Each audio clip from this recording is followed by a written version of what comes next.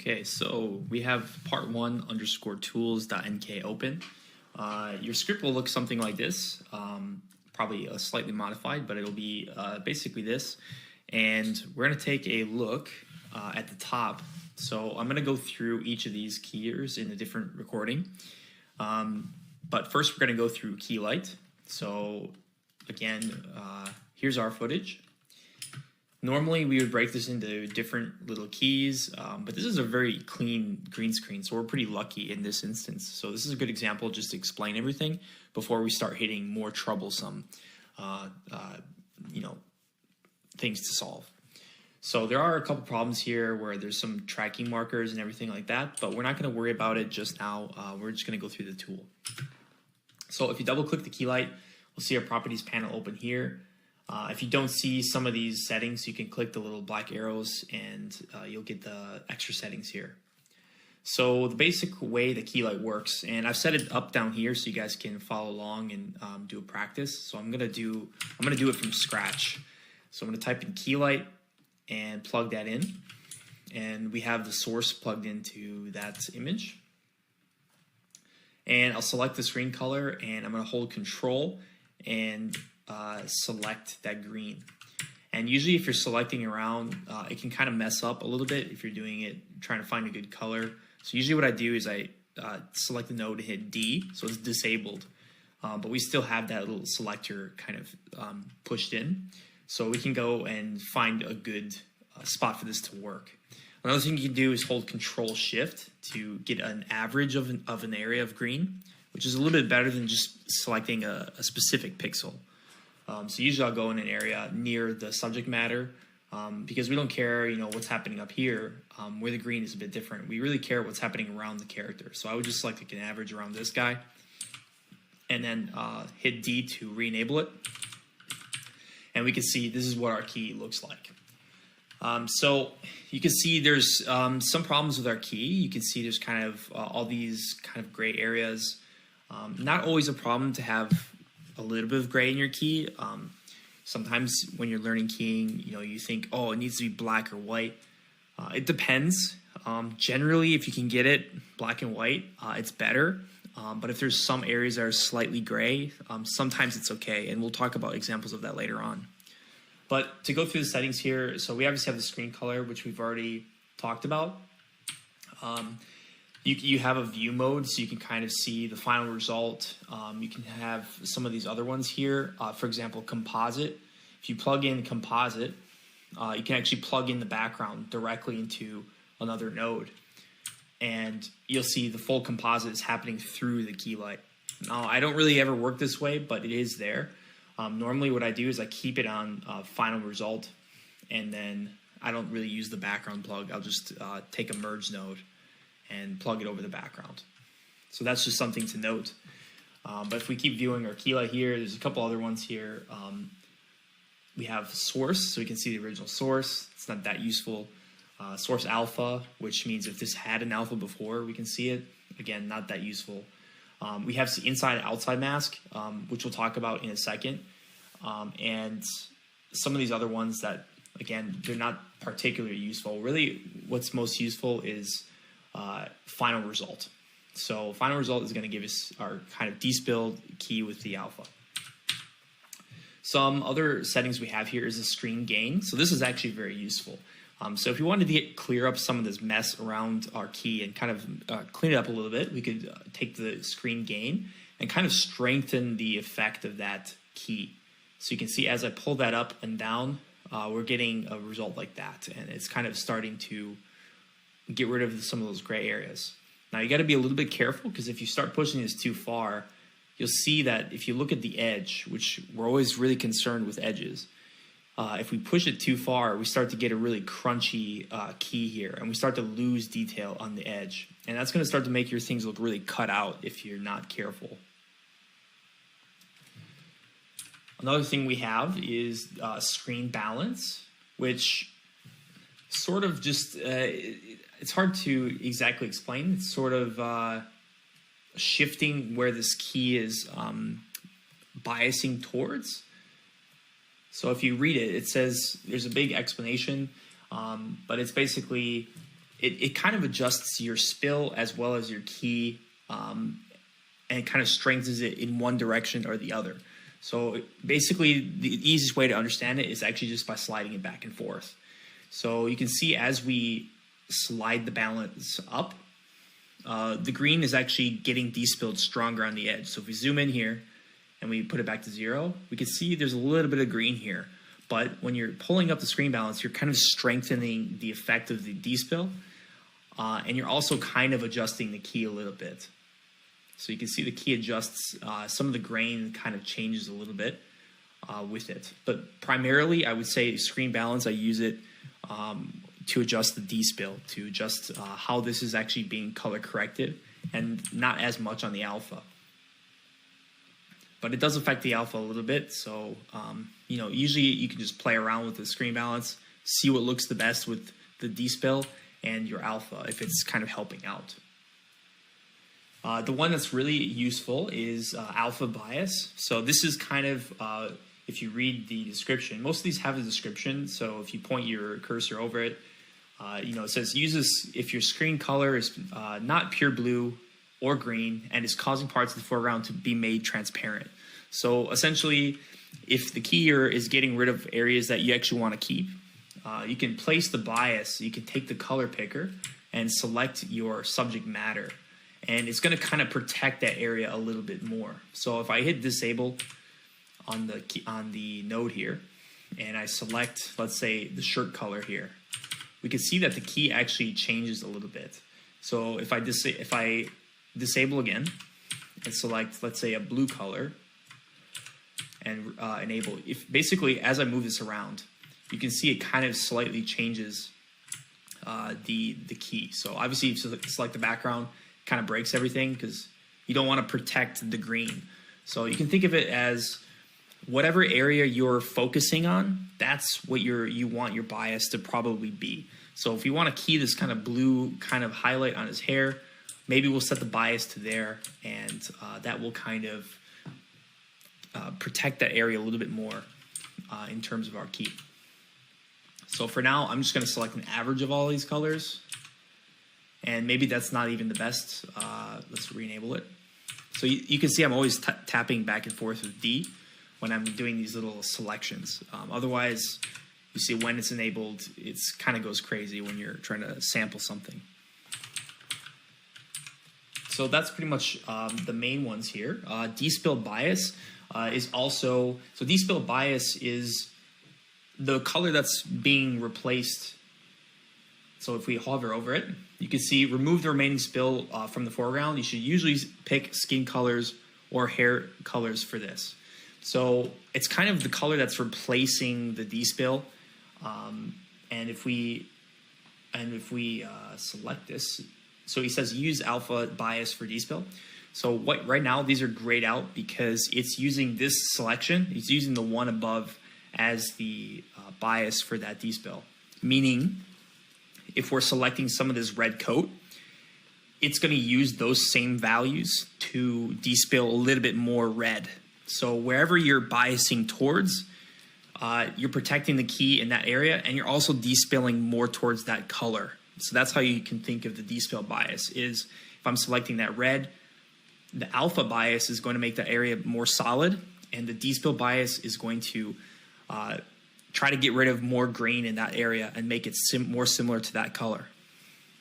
Now we can disable that and actually control the despill bias independently. So if I do that and I select a different color instead of that red, maybe I select the bluish, you'll see the edges start to take on that color a little bit. And so if I choose the red, it's a little bit kind of pinkish. So I choose the kind of purplish, it's leaning towards that color. So again, it's biasing towards that color, and that's how you can think of it. Normally, you can leave this on, and usually if you're targeting a specific area, you want to get a nice key of, let's say, just one area, you would set the bias to that area, and you probably just leave the despill bias the same. But if you want, that option is there to control them independently. So I'm going to adjust the despill bias. Normally the despill bias does a pretty good job of picking the color. So So let's try. Because we're using the alpha bias here, I'm going to disable this, and maybe I'll select like a gray tone and just see. So you see, because the D-spell bias is taking on the alpha bias, our D-spell color is whatever we're selecting for the alpha bias. So if you look at the rest of the green screen, it's taking on the color that we're selecting. So if I select the gray pants, most of our color correction is sliding towards that gray. If I select the red, it's going more into those reddish magenta tones. So this is where we might have to combine multiple keys, because we would want the edges of his pants to be this color, but we would want the edges of his shirt to be, if we, like for example, here's a perfect example. We see this green edge, so it's not doing a good job despelling. So that's where we would select the alpha bias or D-spell bias and select around the area, and now you see it fixes the edge. Okay, so that's really the important setting. And that's where we would have to combine two keys, because now we have almost purple pants, unless I select them again, so we can see it goes back to gray, but then we have the edge problem. So that's where we need more than one key here, but that's how the alpha and D-spell bias work. So a lot of the things we have here, we have screen pre-blur, which kind of just blurs everything. It's not that useful, but again, it's there if you need it for some reason. What's actually useful is really under the screen matte section here. So if we go into the alpha while we're looking at it, we can clip the whites or clip the blacks. So the gain is kind of similar to clip black, but it's not exactly doing the same thing. But if we clip the black, it's kind of getting rid of some of the, let's say the gray area, and kind of just crunching it. So it's kind of just getting rid of that detail there. So usually what I'll do, I'll try to get as much as I can with the gain. It might actually be doing exactly the same thing, but usually I just try to get as much as I can with the gain there, and then adjust a little bit more with the clip black if I need to. Again, you don't want to push it too far because you can see what's happening. You know, it's getting a little bit crunchy. So I would clip it just a little bit. And the clip white is kind of the same thing. So one way to check your keys is to be looking at your alpha and then take the gamma of your viewer and just gamma down. If you gamma all the way down to almost 0, you actually start to realize that there's some holes in your alpha. There's not pure white. So that's a way you can kind of find problems in your key. You kind of gamma all the way down.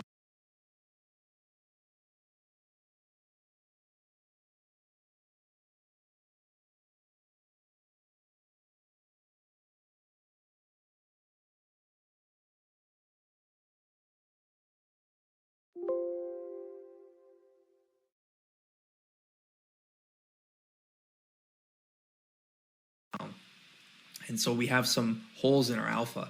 So we can solve that pretty easily by taking the clip white and just slightly adjusting it. So if I start to pull it back a little bit, it will take those really almost white but not white areas and kind of bring them up a little bit.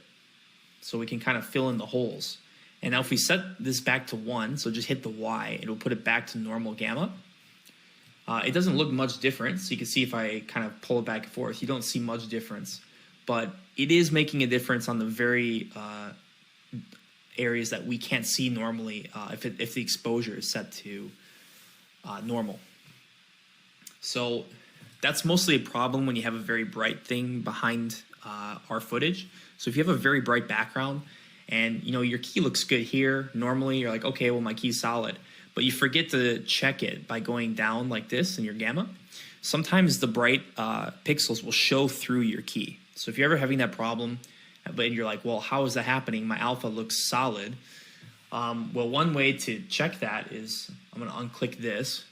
One way to check that is to sample around with your little control. Make sure you don't have these pixel, these kind of samplers selected here.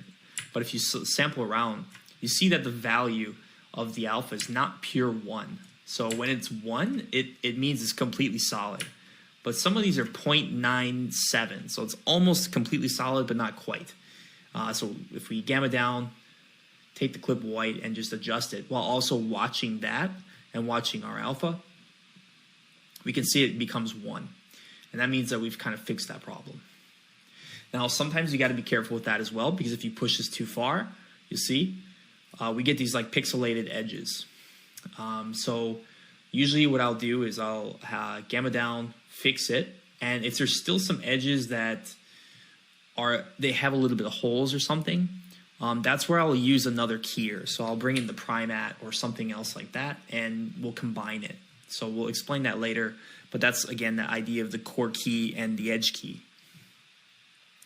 So some of the other settings we have here, we can adjust that down a little bit. Clip rollback, it kind of does this. So basically, if you kind of crunch this down and you're getting rid of that, let's say the noisy area of the back. So we kind of clipped our blacks to get rid of some of that. You see that we lose a little bit of the softness right on the edge. So something like that. So what you can do is do a clip rollback, and it will bring back the original alpha that this Keylight created, but just on the edges. So if we do that, we just roll it back a little bit, see what it actually does. I'll just push it a little bit further. That's the original alpha that's coming back through.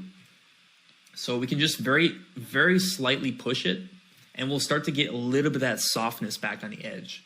So we can just very slightly adjust it, and that way we don't get a harsh edge on our cutout. Now, normally I won't always do it in Node. There's actually a way to do this manually, and we're going to explain it in the compositing structure lectures. But that is good to know, and sometimes it works pretty well. But unfortunately, sometimes you can see here it's a little bit harsh on the way it's expanding it out. So, you know, we don't have much more control beyond that, unfortunately. So that's something to note, but sometimes it does work. So that's good to keep in mind.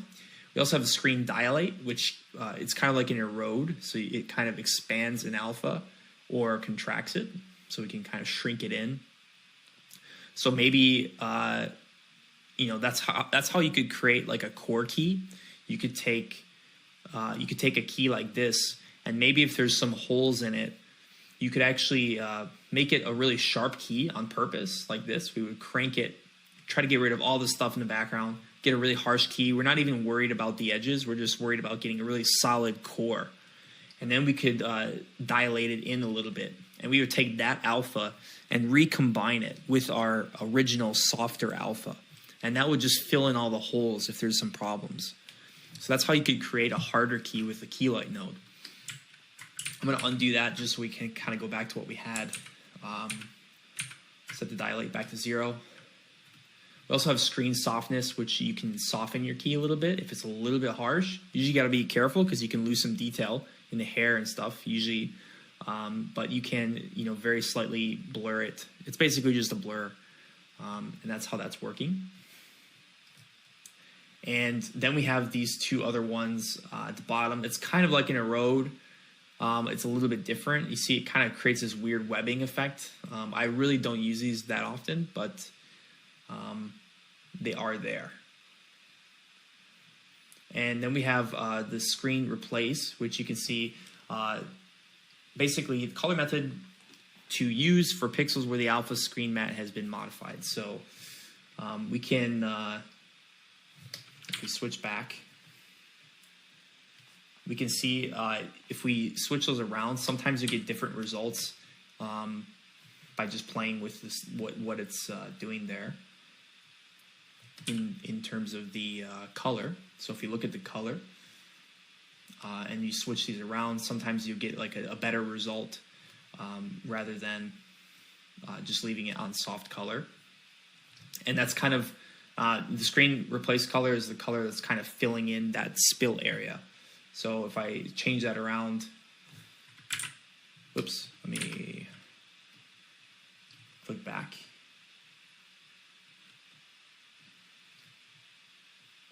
And okay, so there we go. So if we say it's hard color, you see we get a stronger despill, so we can actually control that edge color a little bit better. Whereas soft color is kind of doing that, but very more minimally. And then source is basically just keeping the source. It's not really doing any despill at all. So that's kind of, that controls your despill. And again, the despill bias also kind of controls where it leans to in the colors. I won't use the screen replace color that often. Usually I just use the bias, but some people use this to control that. So hard color kind of is a good way to modify that edge effect. Now, something to just keep an eye out for before we go into the last ones here is these little mid-tone shadow kind of adjustments here. It can affect your D-spill as well. So you can see we've got this like really purple D-spill now because we've affected kind of where these are being controlled, where the key is being controlled. So that's good for controlling the alpha, but sometimes it can mess up your D-spill. And once we get into the compositing structure, sometimes we're only worried about the alpha. We don't even care about what this image looks like. And we're only going to focus on creating this black and white image as clean as we can. So in that instance, this is very useful, or could be useful. But just keep in mind, if you're doing it all through one node, which I don't recommend because we're going to teach you a better way, but it can affect your D-spill. You see, as I push it, it becomes a very, very too strong of D-spill where we're getting purple. So I would just put this back to the middle here and keep kind of our nicer looking D-spill. So at the end here, we have two more settings. The inside mask, which is not that useful. Maybe some people use it, but again, it just takes the alpha. If this original picture already has an alpha stored in it, you can recombine it with this result. But we're not going to use it in this instance. What is useful are these two last ones. So what we can actually do is we have an in and an out component. So for example, if let's say we want to keep this floor, and we can see that some area is a little bit semi-transparent. If we gamma down, we can see there's like a hole. We could just take a rotoshape by hitting O, and I could take the in mat and plug it into a rotoshape, and I can combine this onto this alpha. And you see nothing happens, but if I switch the in component to alpha, you see that we're filling in with that rotoshape. And the out component is basically doing just the opposite. So we take the out component. I could say, okay, but I don't want this C-stand that's here. So I can kind of C-stand.